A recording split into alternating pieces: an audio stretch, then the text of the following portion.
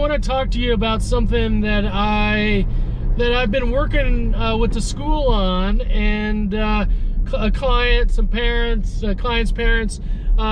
You know, so sometimes kids struggle emotionally, either with anger, anxiety, you know, whatever it would be. They struggle in the classroom, okay? And so sometimes the kids will need to take breaks, you know, like to leave the classroom because they're struggling with the big emotion. And so I recently have done something with a client where it worked out really well. Wanted to share it with you guys because it may give you kind of an idea of what to do with your own child or with your own student.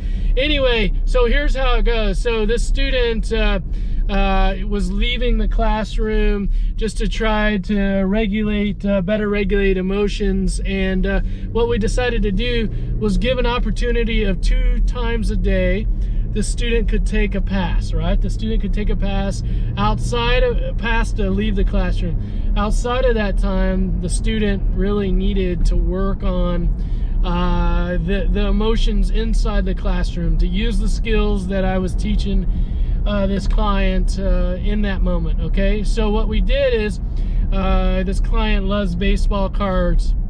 So we said, okay, you can, we're gonna give the teacher a pack of baseball cards. You can decide, okay, you've got 2 breaks a day. If you don't take the break, if you don't take the pass outside the classroom, you can have a baseball card, okay? You can have a baseball card. You can have a total of 2 baseball cards a day if you decide to regulate your emotions and you don't need to leave the classroom. And so at each time, you know, when there was that break, the teacher would ask, you know, the client, hey, you need to take a break or not? And if the client said no, then the teacher would give the client a baseball card. And so what was really cool is this client was able to accumulate all these baseball cards and really be able to use the skills that I was teaching the client to stay in the classroom. And then on top of that, the parents said, hey, you know what? You can either keep the baseball cards because you like baseball cards, or if you want, when you get home, you can redeem those baseball cards for Roblox money, because you know kids like Roblox these days. They like Roblox. So you can either decide to keep the cards, or you can decide to turn it in for Roblox. So I just am telling you guys this because, you know, my hope is that while we as adults kind of have our way of thinking about things and how things should go, you know, we do need to make it appropriate. We do need to find a way to engage the kids, to get their motivation going, to internally motivate them. And sometimes it just takes that creativity. You know, as I'm thinking, you know, the teacher could have just handed, which is typical, the teacher could have just handed the kid, you know, the client a paper pass, right?